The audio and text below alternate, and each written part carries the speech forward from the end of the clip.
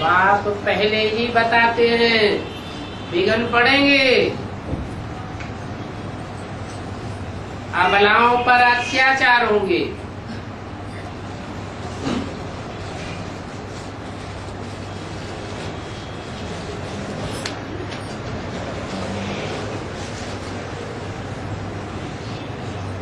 अबलाओं पर अत्याचार होंगे, जो प्रबल हैं उनके ऊपर अत्याचार नहीं होंगे।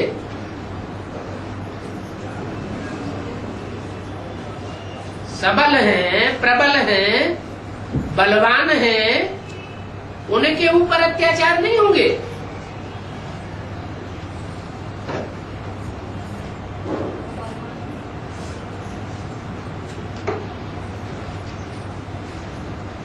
अबलाएं बलहीन हैं,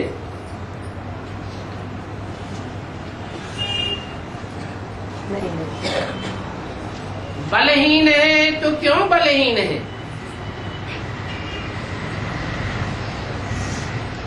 अबला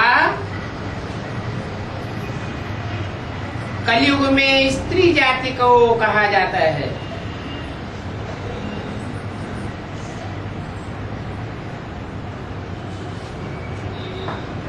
अबला क्यों, सबला क्यों नहीं?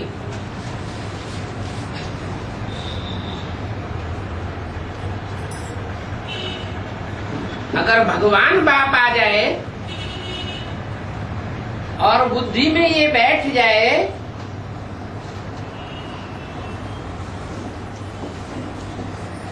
कि साक्षात शिव भगवान आया हुआ है,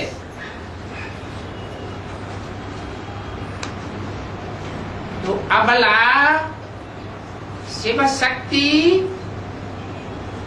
होनी चाहिए या बलहीन होनी चाहिए? शिव शक्ति होनी चाहिए। तो विघ्न किसके ऊपर पड़ेंगे? अबलाओं।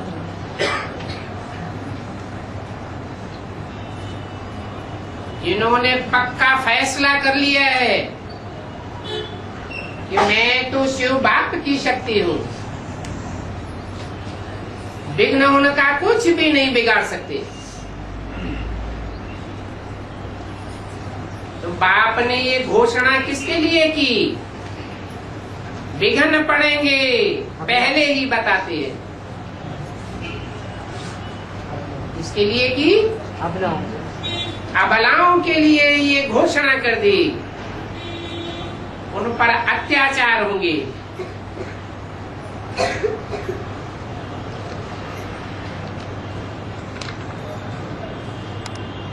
एक होता है सामान्य आचरण, एक होता है अति आचरण। अति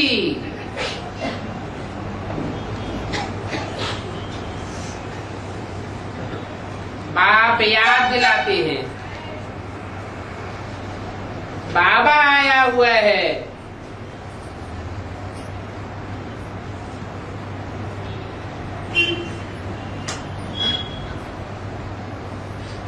शिव जयंती भी मनाते हैं। इस बात की यादगार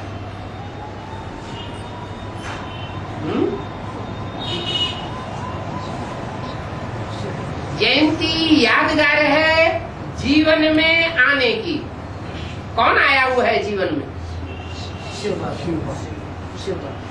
बाप, शिव भगवान जीवन में आया हुआ है। तो जन्मन से न्यारा है, फिर जीवन में कैसे आया हुआ है?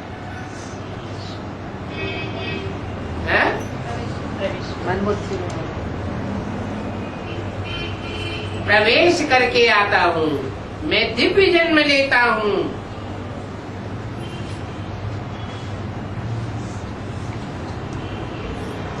इसकी यादगार शिव जयंती मनाते हैं।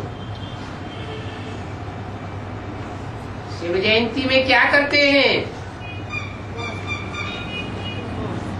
उपवास करते हैं और जागरण करते हैं और सारी रात जागरण करते हैं। तो प्रैक्टिकल जागरण की बात है उमंग उत्साह बढ़ जाता है तब ऑटोमेटिक जागरण होता है, या उमंग उत्साह घट जाता है तब जागरण होता है? उमंग उत्साह बढ़ जाता है जब ऑटोमेटिक।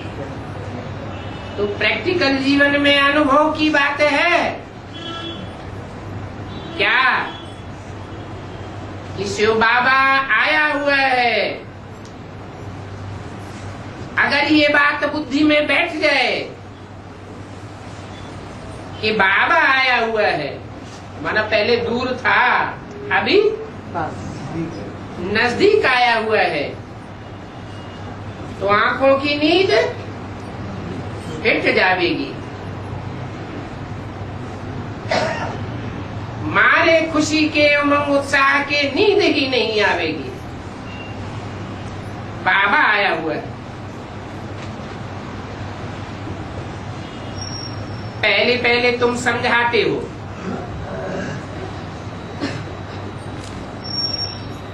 बाप शिव जरूर स्वर्ग की स्थापना करने आवेंगे।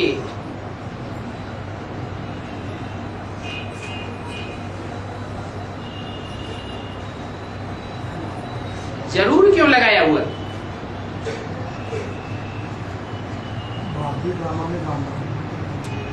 क्योंकि और दुनिया में कोई हस्ती नहीं है जो नरक को स्वर्ग बना सके। बड़े बड़े धुरंधर आए, महान से महान आए, इस दुनिया को नरक से स्वर्ग बना नहीं पाए, कोई नहीं बना पाया। बाकी दुनिया में हर मनुष्य मात्र कोई भी धर्म का हो, स्वर्ग की मान्यता तो है, स्वर्ग को मानते हैं, जन्नत को मानते हैं, पैराडाइज को मानते हैं। अनुभव किया है आत्मा ने, तब तो इच्छा है पैराडाइज में जाने की। तो जरूर बाप आते हैं स्वर्ग की स्थापना करने। बाप का वर्षा है ही स्वर्ग की बादशाही।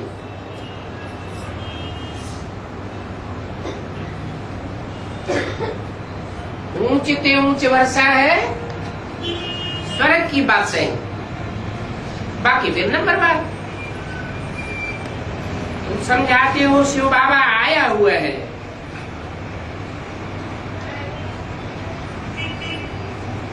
आया हुआ है तो कोई एम ऑब्जेक्ट लेकर आया हुआ है या बिना किसी एम ऑब्जेक्ट के आ गया? क्या एम ऑब्जेक्ट लेकर आया हुआ है? नरक की दुनिया को स्वर्ग बनाने के लिए आया हुआ है। ऐसे नहीं कि ब्रह्मा के तन में आवेगा और ज्ञान सुनाकर चला जाएगा।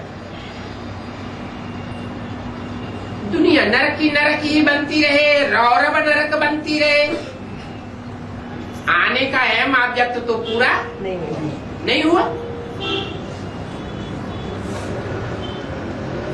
तो तुम ये बात समझाते हो कि शिव बाबा ब्रह्मा के तन में आकर ज्ञान सुनाकर चला नहीं गया। कि आने का एम ऑब्जेक्ट सिर्फ ये नहीं है कि ज्ञान सुनाना। क्या एम ऑब्जेक्ट है? नरक की दुनिया को स्वर्ग में उसका एम ऑब्जेक्ट है पतित दुनिया को पावन बनाना। और जो भी धर्मों के मनुष्य हैं, कोई भी धर्म वाला हो, बाप कहते हैं उन सभी धर्मों को छोड़ दो। उन धर्मों के जो बड़े से बड़े सरपरस्त, चाहे धर्म पिताएं ही क्यों न हुए हों, वो भी इस दुनिया में आकर के खुद नीचे गिर गए। दुनिया और ही नरक बनती गई। वो स्वर्ग नहीं बना सकते। इसलिए अगर उनके पीछे पड़ते रहेंगे, बुद्धि का योग जुटाते रहेंगे, तो गुरु जिनके अंधले चेला सत्यनाश। चेला सत्यानाश होते रहेंगे। स्वर्ग में जावेंगे या नरक में जावेंगे, और ही नरौरव नरक में चले जावेंगे। इसलिए बाप कहते हैं उन सभी को छोड़ दो, उनकी स्मृति भी छोड़ दो। तुमको तो निश्चय है क्या? हमारा बाप आया। बाप आया हुआ है।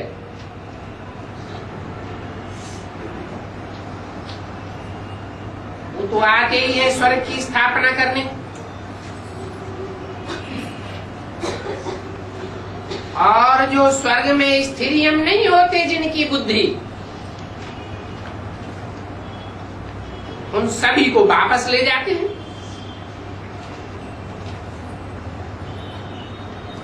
क्या? जितने जितने बुद्धि स्वर्ग में और स्वर्ग की स्थापना करने वाले में स्थिरियम होती जाती है,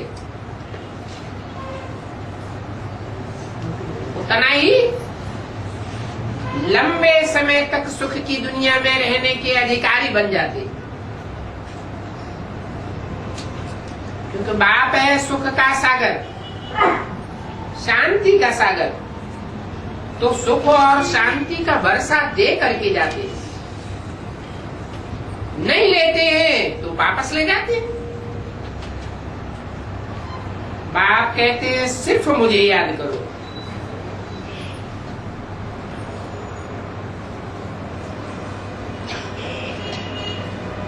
और कोई को याद करते रहेंगे तो नंबर पीछे हो जाएगा या आगे जाएगा? पीछे हो जाए।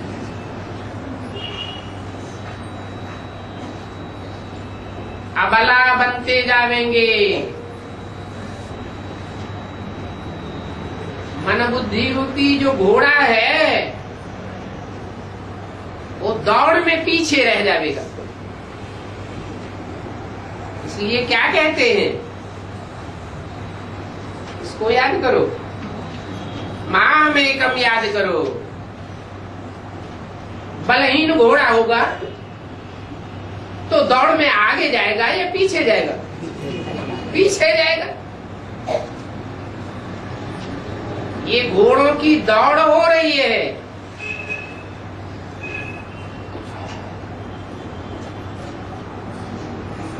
घोड़दौड़ होती है ना, तो बाप कहते हैं सिर्फ मुझे याद करो तो मैं मुक्ति, जीवन मुक्ति दाता हूं ना।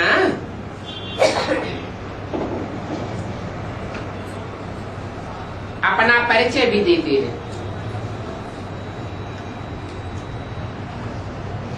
बाप का परिचय बाप के सिवाय कोई दे नहीं सकता। बाप के बारे में किसी को पता ही नहीं है। जो भी धर्म वाले हैं वो सब बच्चे तो मेरे ही हैं ना।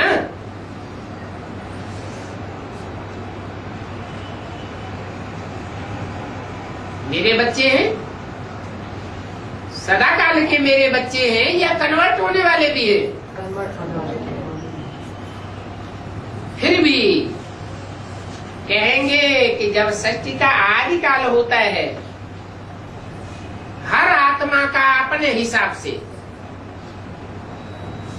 तो वो आत्मा किसका बच्चा है? शिवा। मान लो इब्राहिम की सोल आई इस सृष्टि रूपी रंगमंच पर, तो वो देवभान में आती है या आत्माभिमानी बन करके आती है?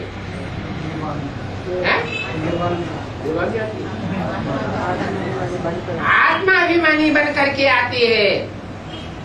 आत्मा परमात्मा परमपिता बाप का बच्चा है। फिर संघ के रंग में आती है, तब देहभान में आती है। तो दुनिया की कोई भी धर्म की आत्मा क्यों न हो, पहले पहले बच्चा किसका है? शिव बाबा का। परम पिता परमात्मा बाप का बच्चा है। मेरे बच्चे हैं ना, कोई क्रिश्चियन हो व कोई भी हो, मैं आया हूं साथ में ले जाने के लिए। फिर कोई प्रश्न ही नहीं उठता। सिर्फ ये निश्चय हो जाए कि बाप आया हुआ है, तो बाप आया हुआ है तो जरूर आकर के क्या करेंगे, नई दुनिया की स्थापना करेंगे। ये सृष्टि कहो, ये दुनिया कहो, ये भी एक मकान है। जैसे हद के बाप होते हैं बच्चों के लिए नया मकान क्या बनाते हैं, मकान बनाते हैं। बच्चे सुख से रहे, पोत्रे पड़पोत्रे प्रसन्न रहे, वो तो हद के बाप है, तो मकान भी हद का बनाते हैं।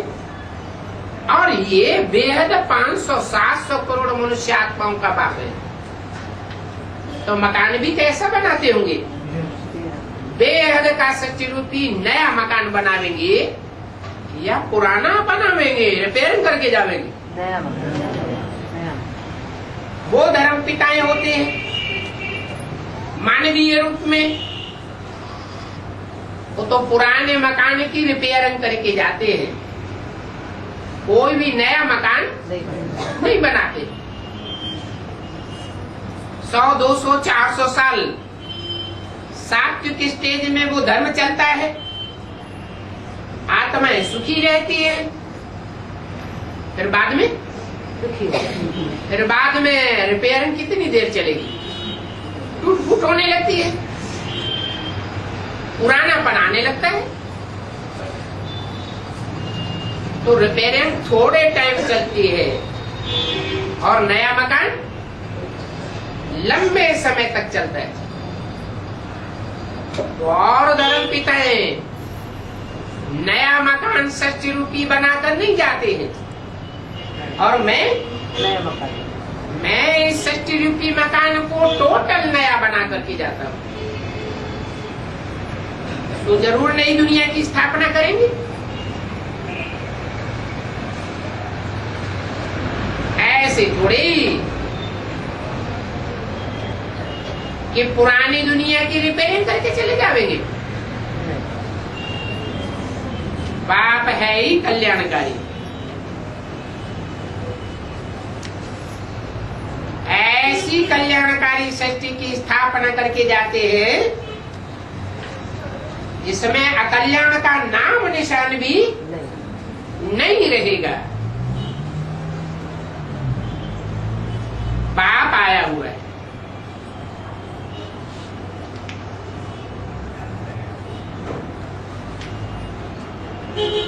और जो बाप होते हैं वो तो हद के बाप है। बड़ी थी बड़ी जेंट्री मनुष्य सृष्टि की उनको बाप मानती हो, जैसे क्राइस्ट को 100-200 करोड़ फॉलोअर्स होंगे दुनिया में जो अपना बाप मानते हैं, लेकिन वो कल्याणकारी नहीं है। सदैव कल्याणकारी बने रहे ये हो ही नहीं सकता। परंतु ये है बाप सदा शिव गाया हुआ है, हर बच्चे के लिए सदैव कल्याण की भावना रखने वाला है। फिर ऐसे बाप के लिए तो कोई प्रश्न ही नहीं उठ सकता। अनिश्चय बुद्धि होने का सवाल ही नहीं होना चाहिए।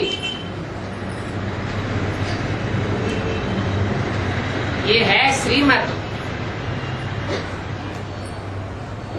मुझे याद करो करो तो सतो प्रधान बुद्धि बन जाएगी। निश्चय बुद्धि विजयते,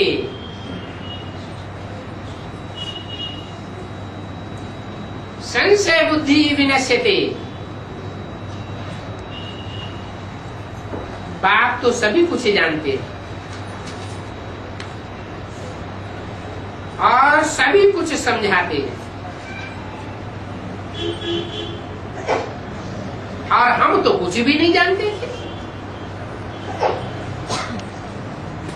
बाप आया तो कितना ज्ञान बुद्धि में आ गया। पहले तो हम भी उन विद्वान पंडित आचार्यों ऋषियों मुनियों की भांति नेति नेति करते रहते थे। हम उसके आदि मध्य अंत को नहीं जानते।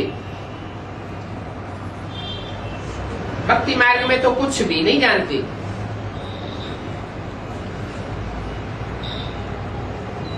नेति कहते रहते। पाप से मुक्ति जीवन मुक्ति का वर्षा मिलता है। वो पतित पावन है।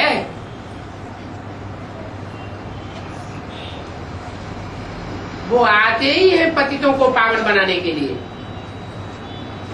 तो पहले मन बुद्धि रूपी आत्मा को पावन बनावेंगे या ऐसे ही छोड़कर चले जाएंगे? मन बुद्धि आत्मा को पहले तो आत्मा को पावन बनाते। आत्मा पावन बने तो पतित पावन बने। मन बुद्धि रूपी आत्मा पावन बनेगी तो इस सृष्टि के वाइब्रेशन पावन बनेगी। वायुमंडल पावन बनेगा और उस वायुमंडल में रहने वाले जो भी जड़ जीव जंतु हैं,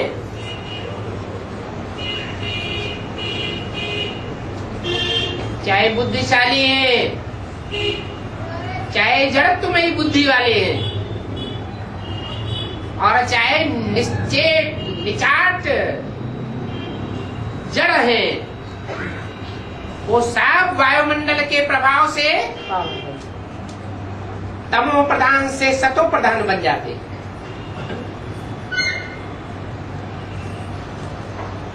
तो बाप मन बुद्धि रूपी आत्मा को सतो प्रधान बनाने के लिए कटिबद्ध है। उसकी ड्यूटी है, वो अपनी ड्यूटी पूरी करके जाएगा।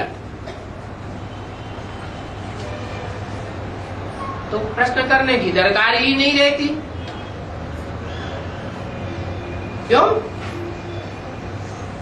क्योंकि पहले बुद्धि सतो प्रधान बने, मन बुद्धि रूपी आत्मा सतो प्रधान बने, तब तो पावन बनेगी।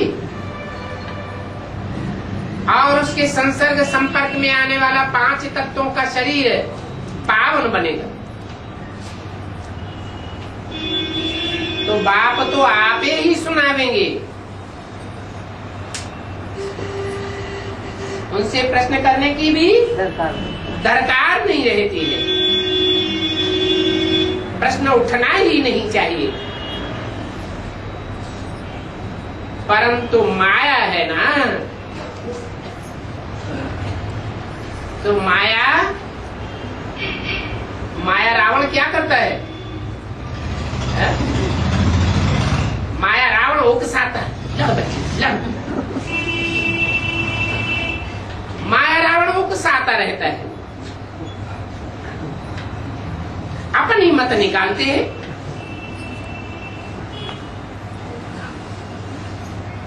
नहीं तो मनमत निकालनी ही नहीं चाहिए और कोई की मत पर चलना ही नहीं चाहिए। जो बाबा कहे वही सत्य वचन। अरे ये तो भक्ति मार्ग हो गया है? नहीं हो गया? भक्ति मार्ग नहीं हो गया? हाँ, अरे हो गया कि नहीं हो गया? अगर जो भी कहे और वो ही सुनने वाला सत्य वचन करता जाए तो भक्ति मार्ग नहीं हुआ। नहीं हुआ। क्यों नहीं हुआ? पहले ही निश्चय किया ज्ञान करना। बाप जो भी कहते हैं सच है। या तो ये कहे कि सत्य बाप आया हुआ नहीं है, और या तो ये कहे सत्य बाप आया हुआ। सत्य बाप आया हुआ है। दो बातों में से एक ही बात हो सकती है। गॉड फादर ट्रुथ कहा जाता है, गॉड इज ट्रुथ कहा जाता है। तो या तो सत्यम शिवम सुंदरम आया हुआ है, ये मान लेना चाहिए, या तो नहीं मानते। अगर संशय है इस बात में बाप आया हुआ है कि नहीं आया? कि बाप शायद ऐसा लगता है कि बाप ये बाप नहीं है, तो घोटाला है।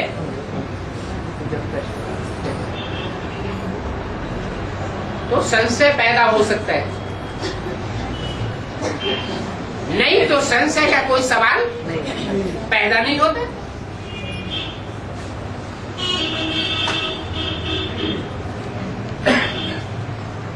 तो बाबा जो कहे सो सत्य होना चाहिए, जो मनुष्य कहते हैं वो झूठ है।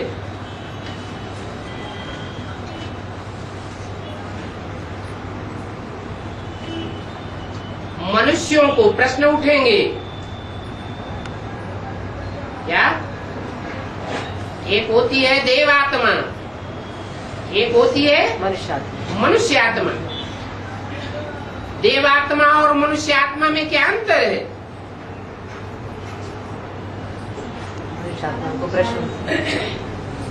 देवात्मा का मन चलायमान नहीं होता,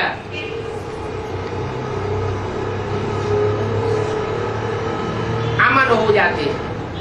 इच्छा मात्रम अविद्या, और मनुष्यों को मन होता है।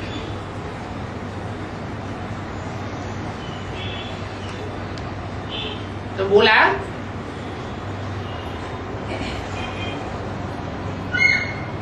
बाप तो सत्य बात बता करके सत्य की स्थापना करते हैं।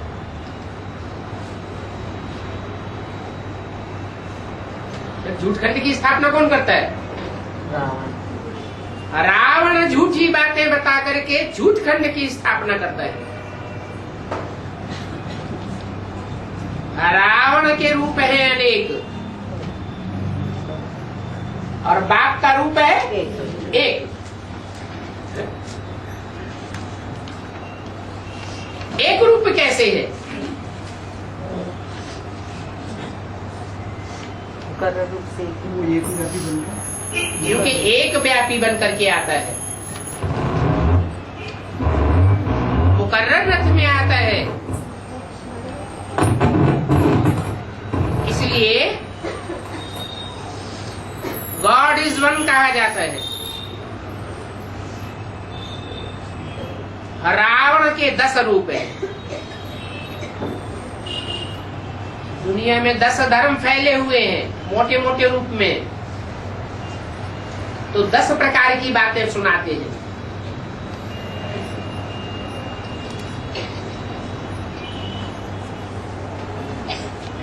बाप सत्य बात सुनाते हैं तो सभी का फायदा होता है। 500-700 करोड़ जो भी मनुष्य मात्र हैं, अथवा जो भी जड़ जंतु हैं, चाहे जड़ पेड़ पौधे हो, चाहे कीड़े मकोड़े हो,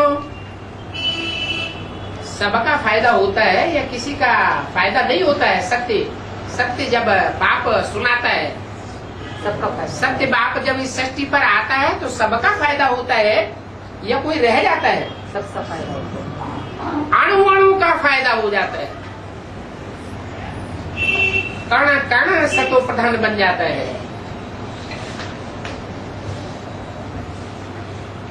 तो इसमें मुझने की दरकार नहीं रहती है।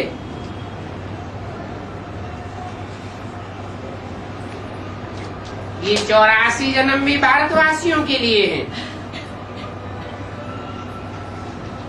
क्या? जिन्होंने 84 जन्म नहीं लिए हैं उनको ढेर प्रश्न पैदा होंगे, और जिन्होंने 84 जन्म लिए हैं, मान लो ब्रह्मा ही है दादा लेखराज,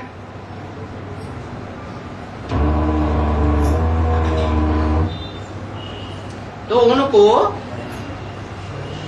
क्या कहें? भारतवासी हैं या विदेशी हैं? है? भारतवासी है वो। भारतवासी है। भारतवासी होंगे तो भारत बाप को पहचानेंगे कि नहीं पहचानेंगे? पहचानेंगे। हैं? जैसे पहचानेंगे। अच्छा, बाप ने अपने स्वरूप को पहचाना या नहीं पहचाना?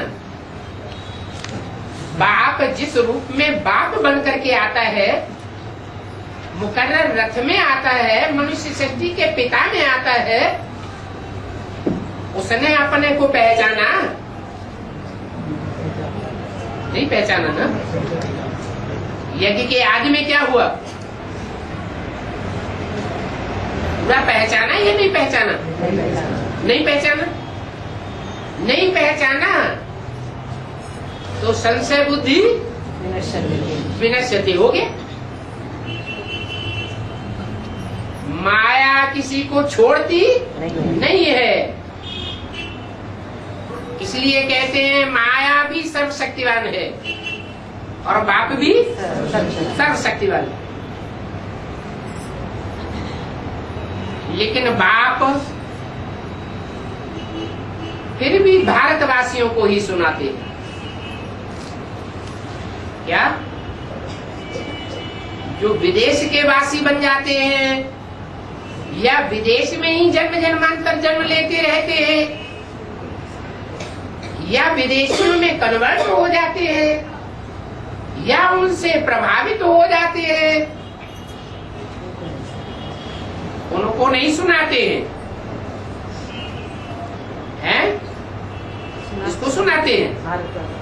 भारतवासियों को ही सुनाते हैं। क्या मतलब हुआ?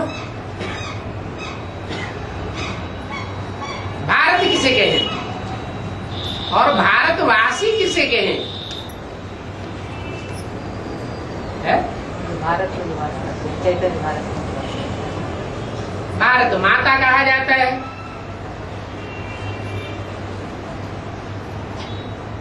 तो श्योर है कि भारत माता कोई विधवा नहीं होगी। क्या होगी? सधवा ही होगी। माता का मान आगे रखा जाता है भारत में खास, इसलिए भारत माता कहा जाता है। बाकी उस माता की सुरक्षा के लिए बाप तो पीछे है ही है, क्योंकि बाप आते ही है प्रवृत्ति मार्ग की स्थापना करने। उस भारत के जो वासी हैं, माने उसमें ही वास करने वाले हैं, और कोई में उनकी बुद्धि वास नहीं करती। एक होता है बुद्धि एक को याद करती है, इतनी लवलीन हो जाती है, और एक बुद्धि ऐसी होती है कि लव में लीन नहीं हो पाती। अंत समय तक कुछ न कुछ बुद्धि चलायमान होती रहती है। तो जिनकी बुद्धि और बातों में चलायमान हो जाती है, उनकी बातों को सत्य मान लेती है और तिरक जाती है, उनको भारतवासी कहे या तिरकने वाली बुद्धि विदेशी कहे, उनको पक्का भारतवासी नहीं कहे। इसलिए बोला तुम बच्चे हो देवी देवता सनातन धर्म के पक्के। जो अपने धर्म के पक्के होंगे वो कोई और धर्म में कन्वर्ट होकर नहीं जा ही नहीं सकते।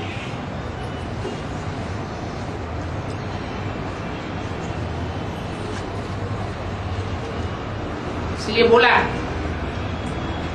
कि 84 जन्म भारतवासियों के लिए हैं और कोई को नहीं सुनाते हैं।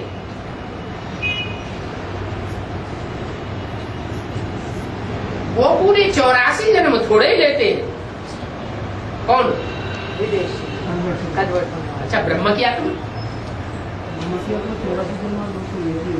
ये पूरे हाँ, 15 साल कम है, 50-60 साल कम होते हैं कि नहीं होते? कम होते हैं। तो कम हो जाते हैं। लेकिन तो पूरा भारतवासी कहे या विदेशियों से प्रभावित होने वाला कहे? यज्ञ के आदि में ही ब्रह्मा की सोल दूसरे धर्म में कन्वर्ट होने वाले नारायणों से प्रभावित हो गई या नहीं हो गई? हो गई। तो उनको भारतवासी नहीं कहते। इसलिए मुरली में बोला मैं तुम बच्चों को सुनाने आता हूँ। तो बीच में सुन लेता है कौन? ब्रह्मा बाबा।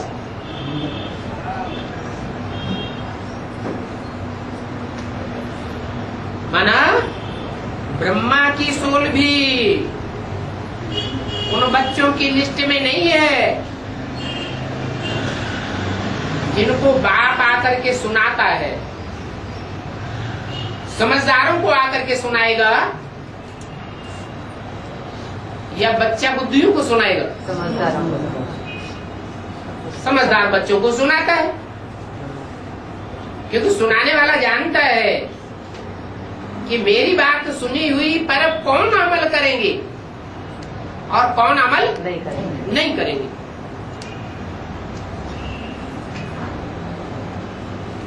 तो फिर बच्चों को औरों को भी सुनाना है। क्या? मेरे तो सब बच्चे हैं, लेकिन मैं सिर्फ अपने बच्चे, कौन से बच्चों को सुनाता हूँ?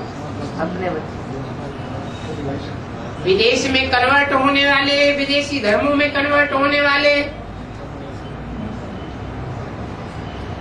या विदेशियों से प्रभावित होने वाले ऐसे बच्चों को नहीं सुनाता हूँ। किसको सुनाता हूँ? जो कभी कन्वर्ट नहीं होते। भारतवासी तुम बच्चों को सुनाता हूँ। और तुम बच्चों का काम है औरों को सुनाना। माना जो कन्वर्ट हो गए हैं, दूसरे धर्म में चले गए हैं, या जो अपने अपने धर्म के सदैव पक्के हैं, कभी कन्वर्ट नहीं होते हैं, उन सब को सुनाना किसका काम है? तुम बच्चों का, भारतवासी बच्चों का काम है। परंतु मैं तो अपने बच्चों को ही सुनाता हूं। क्या?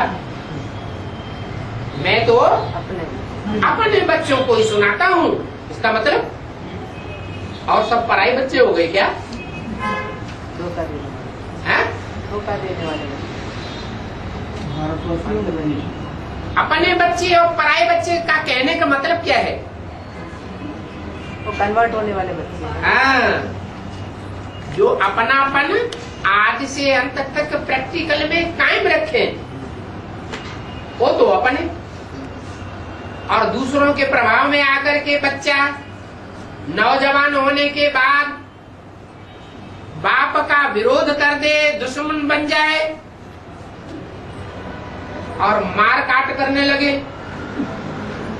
तो वो बच्चा बच्चा है या और खून की औलाद है? और खून की औलाद। वो तो और खून की औलाद हो गई। लौकिक दुनिया में होता है स्थूल खून, और यहाँ है संकल्पों का खून। संकल्पों का खून अगर विपरीत बह रहा होगा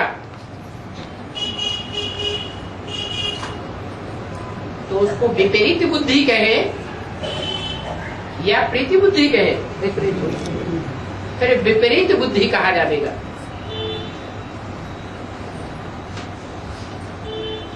तो मैं तो बच्चों को सुनाता हूं, तुम बच्चों का काम है फिर औरों को सुनाना।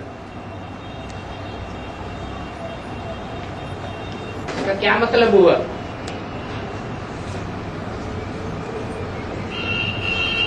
ये जो वार्तालाप चलता है इसमें प्रश्नोत्तर होते हैं, ये प्रश्नों का उत्तर कौन देता है?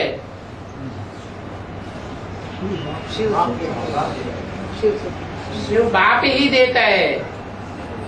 क्यों? क्योंकि मुरली में बोल दिया है। बातचीत करते हैं, ये मुरली नहीं है क्या? बातचीत करना भी मुरली है। और बाप किससे बात करते हैं? प्रवेश करने वाले भूत प्रेतों से बात करते हैं या अपने बच्चों से बात करते हैं? बाप तो जानते हैं ना ये कौन सी आत्मा बोल रही है। विधर्मी आत्मा बोल रही है या स्वधर्मी आत्मा बोल रही है? बाप तो पहचानते हैं ना। तो बाप तो अपने बच्चों से बात करेंगे, बच्चों को ही सुनाता हूं। क्रिश्चियन धर्म वाला होगा, मेरे से बादशाही नहीं लेनी होगी और न ली होगी तो मैं उनसे डायरेक्ट बात क्यों करूं? माना मैं किससे बात करूंगा डायरेक्ट? अपने बच्चों से बात करता हूं।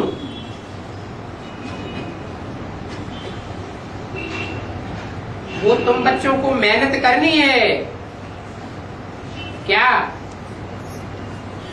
और धर्म वालों को कन्विंस करने की तुमको मेहनत करनी है। मैं तो अपने बच्चों से बात करता हूं।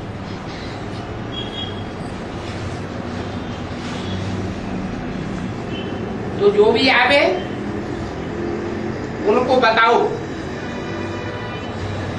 क्या कहा?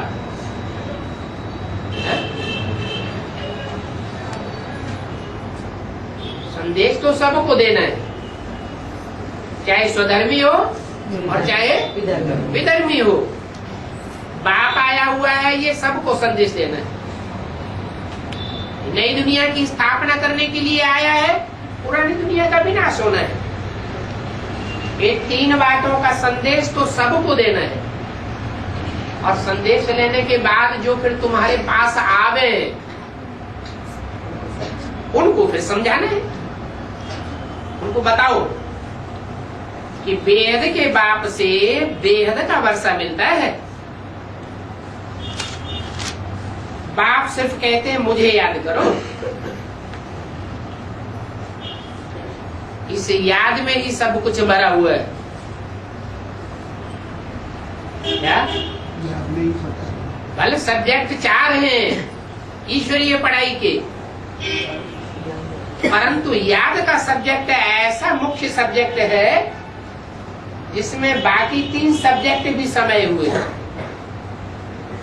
अगर याद में कोई पास हो जाता है और 3 सब्जेक्ट में फेल भी हो जाता है तो भी रिजल्ट क्या दिया जाएगा? पास कहा जाएगा।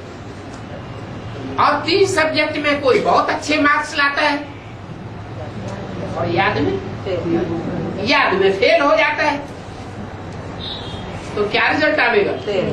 फेल ही कहा जाएगा। तो याद में सब कुछ भरा हुआ है।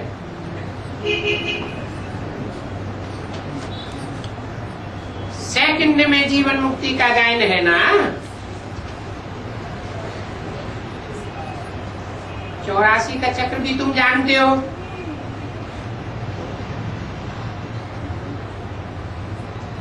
और कोई की बुद्धि में 84 का चक्र का राज नहीं, आवेगा ही नहीं। क्यों? पूरे 84 जन्म नहीं लेते हैं ना वो लोग। ब्रह्मा की बुद्धि में 84 जन्म के चक्कर का राज नहीं आवेगा। या ब्रह्मा के जो फॉलोअर्स होंगे उनकी बुद्धि में 84 के चक्र का राज नहीं आवेगा। नहीं, क्यों? कम जन्म लेते हैं ना वो लोग। तो 84 जन्म लेते हैं, सतयुग आदि से ही आते हैं। हाँ, त्रेता में 13 जन्म लेते हैं, सतयुग में 8 जन्म लेते हैं। जन्म तो पूरे 84 लेते हैं।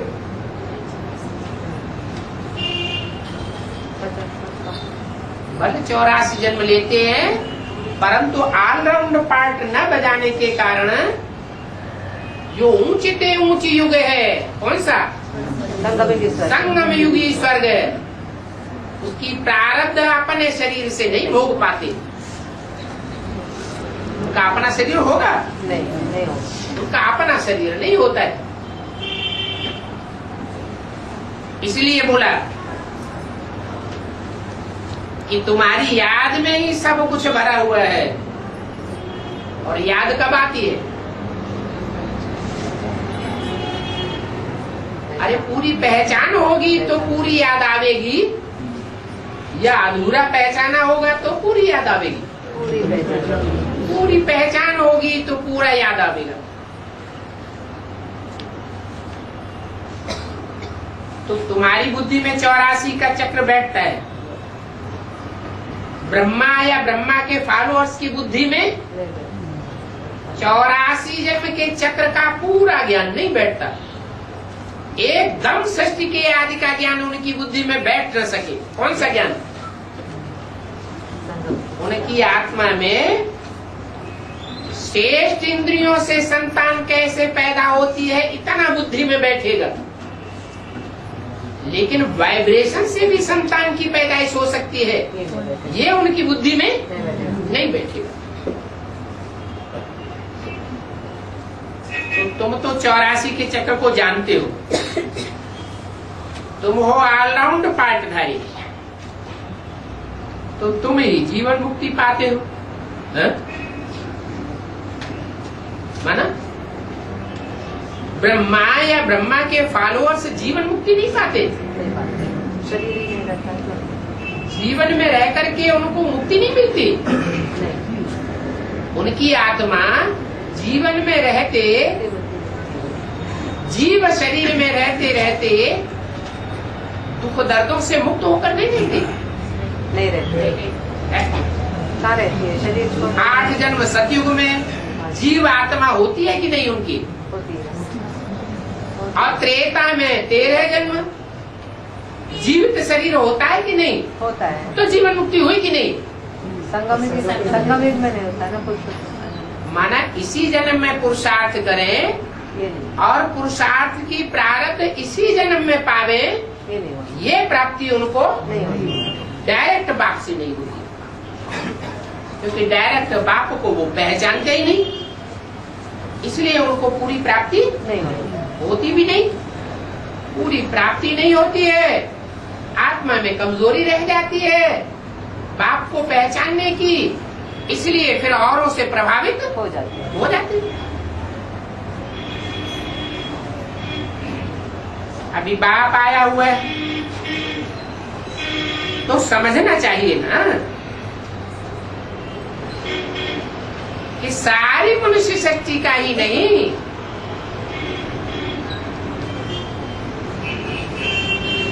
आत्माओं का बाप आया हुआ है। माना मनुष्य शक्ति में तो मनुष्य होते हैं, और ये जड़ जंगम से भरी पूरी जो शक्ति है उसमें तो और आत्माएं भी है, और जातियों की, उनका भी बाप आया हुआ। सारी सृष्टि का बाप आया हुआ है, सारी सृष्टि का परिवर्तन करके जाएगा, और बाप आए ही है ले जाने के लिए। सतयुग में तो बहुत थोड़े होते हैं। बहुत थोड़े माने कितने? 9 लाख तक बुद्धि पहुंची। उससे ऊंचा स्वर्ग नहीं होगा। 2 करोड़ आत्मा है। 2 करोड़ होंगे। त्रेता अंत तक माना जहां 9 लाख से कम आबादी होगी वो सतयुग नहीं होगा, वो झूठ का युग होगा। 4.5 लाख आत्मा। अच्छा, जहां 4.5 लाख से कम लोगों का संगठन होगा वो स्वर्ग हमारी बुद्धि में नहीं आता। आता है? ये क्या बात है?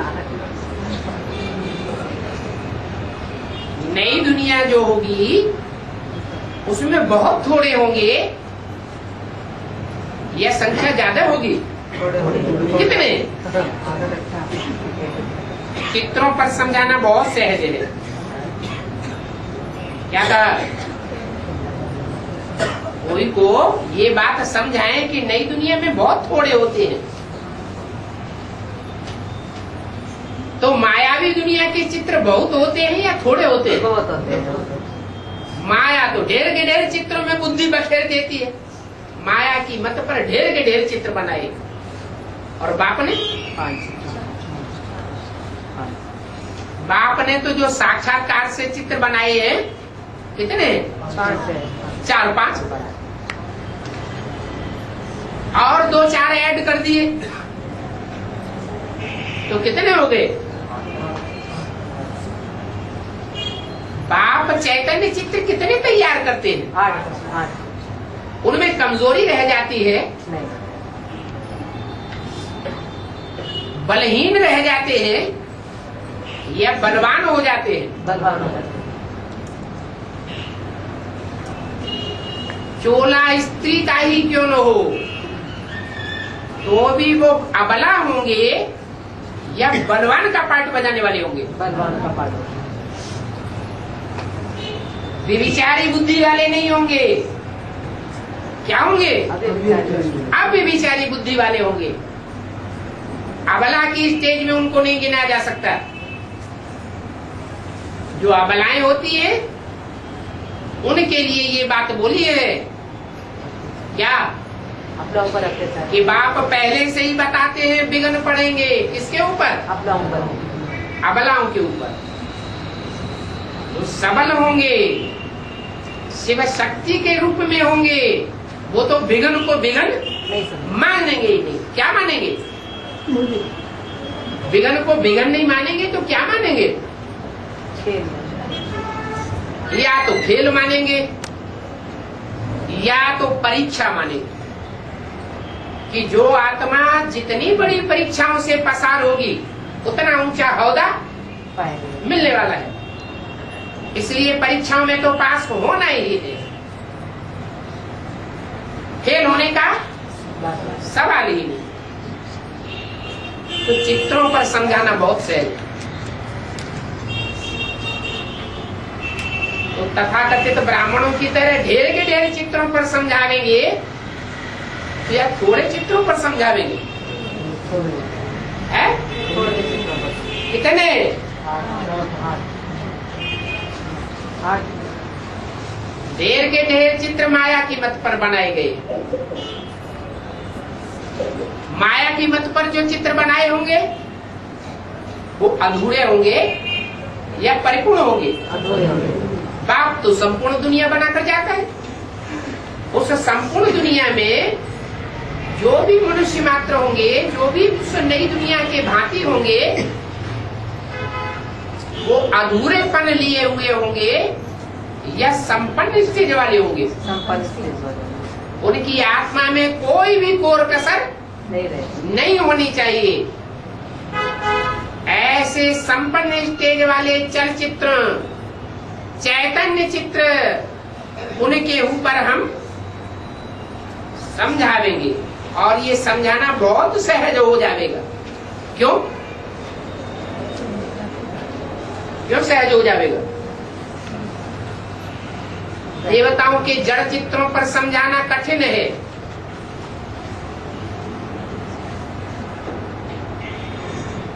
क्यों कठिन है? क्योंकि उनके वाइब्रेशन नहीं होते, उनकी चैतन्य दृष्टि नहीं होती। और जो चैतन्य चित्र तैयार होंगे इस सृष्टि पर उनको समझाना से बहुत सहज है। जैसे बाप इस सृष्टि पर आया हुआ हो और बाप जिस मुकर्रर रथ में आ जावे, वो चैतन्य चित्र हमारी उस बुद्धि में बैठ जावे, तो उसे सामने रखकर समझाना सहज होगा। या हमने देखा ही नहीं, समझा ही नहीं, उसको समझाना सहज होगा। सामने रखकर समझाना से जो चीज प्रैक्टिकल होती है तो प्रैक्टिकल का मुकाबला कोई नहीं कर सकता। तो बाप बताते हैं चित्रों पर समझाना बहुत सहज है। सिर्फ समझाने वाला अपन को आत्मा समझ करके बाप को याद करने वाला हो। अपनी आत्मा पर भी पक्का निश्चय हो कि मैं असल बाप का बच्चा, असल सूर्यवंशी बच्चा हूँ, देवी देवता सनातन धर्म का पक्का।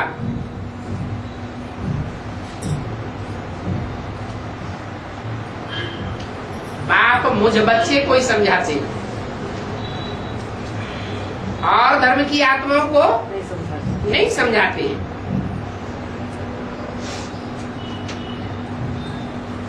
तो ऐसे अपन को आत्मा समझ बाप को याद करने वाले को कोई भी प्रश्न नहीं उठ सकता।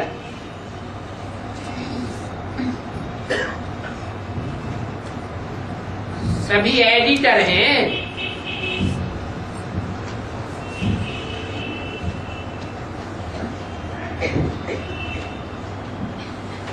यहाँ तो इस दुनिया में मनुष्य की सूरत दिखाई देती है, परंतु सीरत बंदरों की है। इस समय सभी तमो प्रधान है।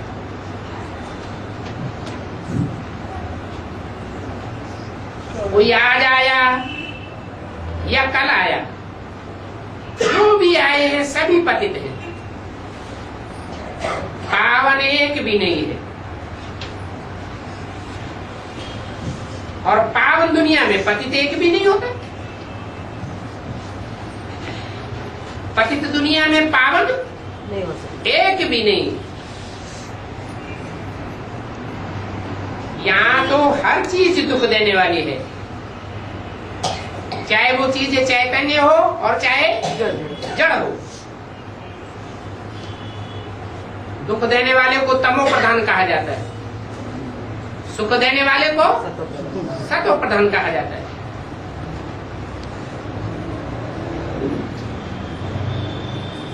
इस सब पतित तमो प्रधान सृष्टि को कहा ही जाता है आधा कल्प भक्ति मार्ग, और सतो प्रधान सृष्टि को कहा जाता है ज्ञान मार्ग। शास्त्रों में ये बातें नहीं लिखी हुई है। जो भी शास्त्र पढ़ते हैं सभी भक्ति के। तुमको तो शास्त्र का नाम ही नहीं लेना है। जिनसे हमारी दुर्गति हुई है, हम उनका नाम ही क्यों लेवे? किसका? शास्त्रों का। और शास्त्र, जो भी शास्त्र होते हैं वो शास्त्र चैतन्य होते हैं या सिर्फ जड़ ही होते हैं? वो नहीं बोलता। जड़ शास्त्र जितने भी होते हैं जिनका नाम ही रखा गया शास्त्र, क्या इसका क्या अर्थ हुआ? शासन करने का। शास्त्र माने शासन करने वाला विधान, जो दूसरों के ऊपर शासन करता है या शासन करने के नियम कानून बनाए हुए हैं अपनी अपनी मनमत पर। ऐसा कंट्रोल करने की इच्छा करने वाला भक्ति मार्गी है या ज्ञान मार्गी है? भक्ति मार्ग। चाहे ब्राह्मणों की संगम युगी दुनिया में ही क्यों न हो, चाहे बेसिक में हो चाहे एडवांस में हो, अगर उसके अंदर ये इच्छा है कि हम दूसरों के ऊपर शासन करें कोई ग्रुप के ऊपर कंट्रोल करें या कोई आत्मा को अपने अंडर में रखें, अपने अंडर में चलाएं, आर्डर चलाएं, तो वो चैतन्य शास्त्र बन रहा है या असली जो चैतन्य गीता माता है वो बन रहा है, उसको भी शास्त्र ही कहे।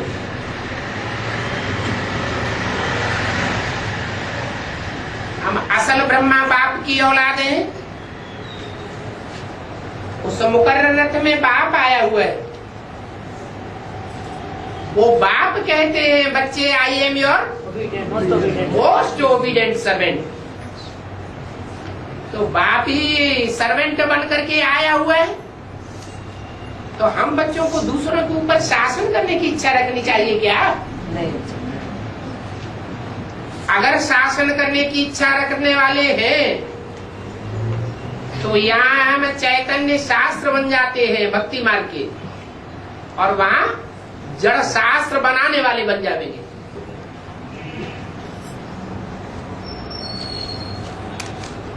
शास्त्र बनते हैं भक्ति मार्ग में, और भक्ति मार्ग कहाँ से आता है?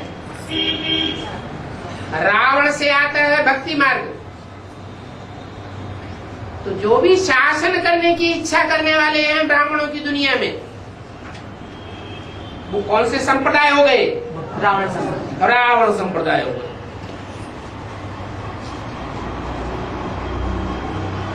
किसी से कोई काम लेना है, ईश्वरीय सेवा का ही काम लेना है, तो उसके ऊपर आर्डर चलाना अच्छा, शासन करना अच्छा या रिक्वेस्ट करना अच्छा? रिक्वेस्ट कर सकते हैं। इसलिए बोला कि जो यहाँ दूसरे के ऊपर राजाई चलाते हैं वो वहां दास दासी बनेंगे। क्या? जो यहाँ आर्डर चलाते हैं बहुतों पर, ब्राह्मण बन करके भी, वो वहां क्या बनेंगे? दास दासी बनेंगे। और जो यहाँ सेवाधारी बन करके, सेवक बन करके सेवा करते हैं, ब्राह्मण बनकर, वो वहां राजाएं बनेंगे। ये क्या बात हो गई? जो अज्ञानी है वो कहते हैं यहाँ मालपुआ खीर पूड़ी खाएंगे तो वहां भी खाएंगे, क्योंकि यहाँ से हम संस्कार लेकर जाते हैं। यहाँ जितने हुजूम के ऊपर हम कंट्रोल करेंगे, वहां हम जाकर के उनके ऊपर कंट्रोल करेंगे। ये सब हमारी प्रजा है। तो ज्ञानी और अज्ञानी के सोचने में कितना फर्क हो जाता है।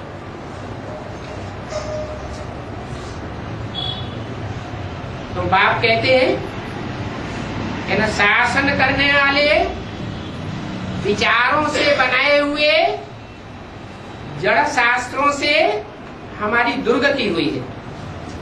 हम उनका नाम भी क्यों लेवे? क्या कहा? शासन करने की दृष्टि से बनाए हुए चाहे जड़ शास्त्र हो, और चाहे यहाँ कोई चैतन्य शास्त्र बनने की शूटिंग कर रहे हो, उनसे कितनी नफरत दिलाते हैं। क्या कहते हैं? नाम भी नहीं लेना चाहिए। उनका तो नाम भी नहीं लेना चाहिए। इन आंखों से देखना ये तो बड़ी बात हो गई। क्या? आंखों से देखेंगे तो याद आएगा, याद आएगा तो संग का रंग लगेगा। इसलिए उनका नाम भी नहीं लेना चाहिए जिनसे हमारी दुर्गति हुई है। तो दुर्गति जड़ करता है या दुर्गति चैतन्य करता है? ज्यादा दुर्गति किससे होती है? चैतन्य से। चैतन्य के संग के रंग से हमारी ज्यादा दुर्गति होती है या जड़ के संग के रंग से ज्यादा दुर्गति होती है? चैतन्य वाइब्रेशन भी छोड़ता है, जड़ चीज वाइब्रेशन नहीं छोड़ती है, और सबसे ज्यादा पावरफुल वाइब्रेशन ही होता है। तो बाप कहते हैं ये शास्त्र सब भक्ति मार्ग के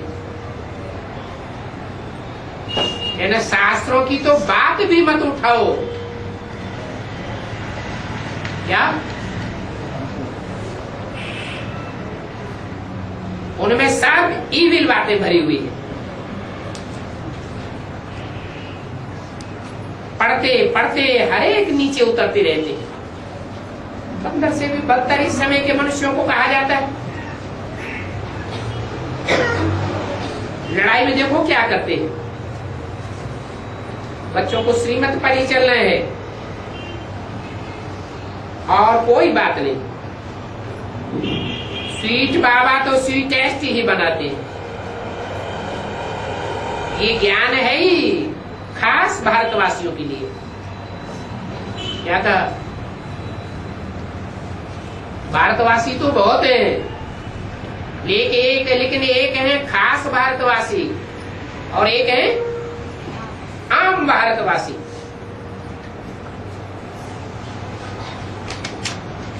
आम भारतवासी कितने हुए? 500 आम भारतवासी कितने हैं और खास भारतवासी कितने?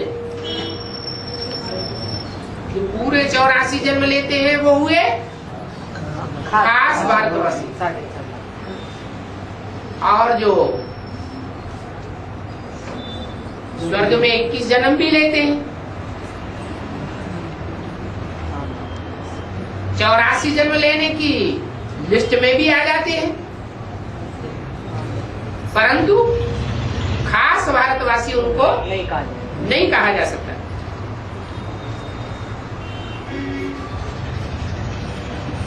तो ये सहज ज्ञान है।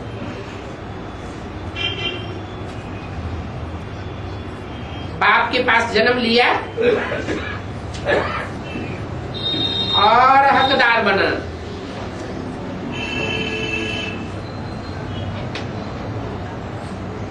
विश्व के मालिक बनते हो।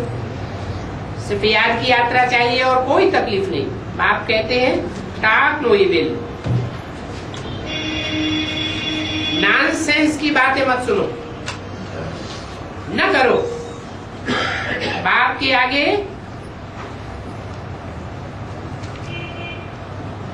ये नॉनसेंस बातें किसको बताते हो? ईविल बातें छोड़ दो।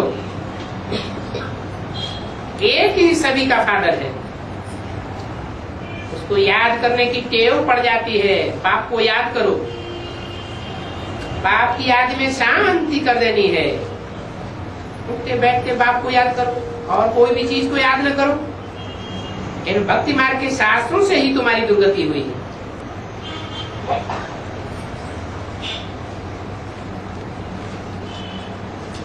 अभी मैं जो तुमको सुनाता हूं उसको सुनो। इसको सुनने से तुम सदगति को पावेंगे। अच्छा मीठे मीठे रूहानी बच्चों को रूहानी बाप दादा का याद कर दो।